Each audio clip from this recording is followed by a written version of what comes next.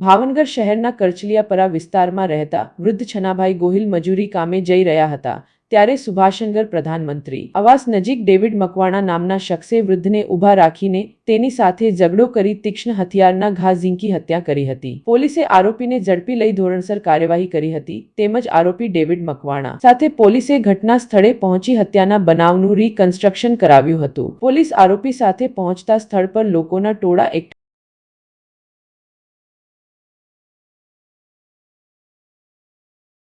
નગર police Ghogha road પોલીસની સમય સૂચકતાને કારણે થોડા જ કલાકોમાં આરોપીને પકડી લેવામાં આવ્યો હતો અને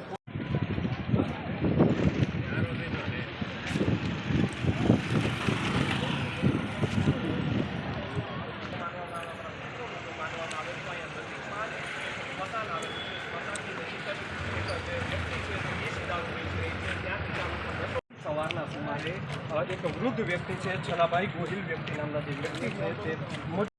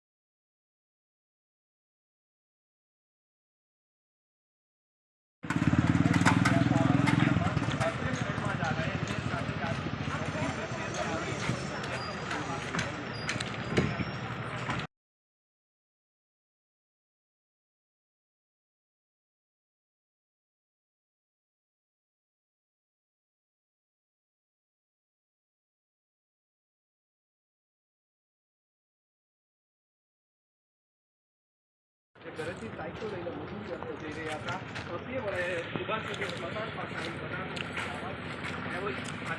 એક જ મિનિટ પણ